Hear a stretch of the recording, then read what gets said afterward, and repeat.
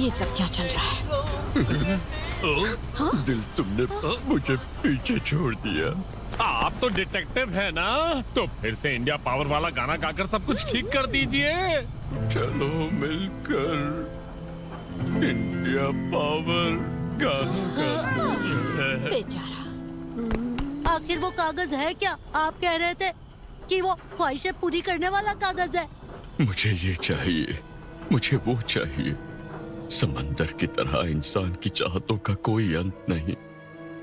मैंने सुना है कि जो भी उस कागज को अपनी नाक में डालता है उसे जो चाहिए मिल जाता है। जो चाहिए वो मिल जाता है। ये भी कहा जाता है कि पुराने जमाने में बहुत सारे तानाशाह इसी कागज के जोर पर अत्याचार करते थे, पर हो सकता है ऐसा ना हो।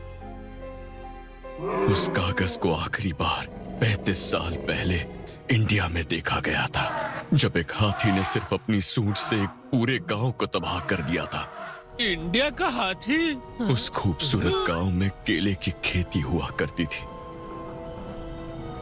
वो देखो, उस हाथी की सूंड में कागज के दोनों टुकड़े हैं। शायद उस हाथी की ख्वाहिश थी कि उसे केले खाने थे।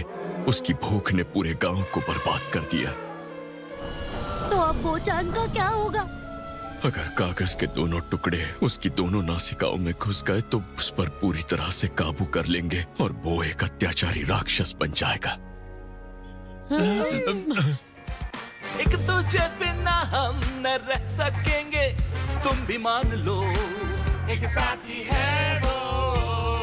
अपने आंसू आंखों में ही रोक लेते हो तुम, एक बात है वो, यूं चमकते हो जैसे। ये सब क्या हो गया?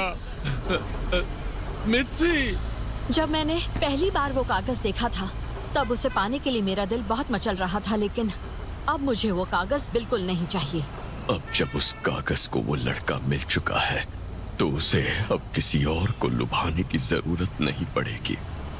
अब बस उसे कागज का दूसरा टुकड़ा चाहिए जो उस बुरी बुरी बॉय के बैकपैक के अंदर पड़ा हुआ है।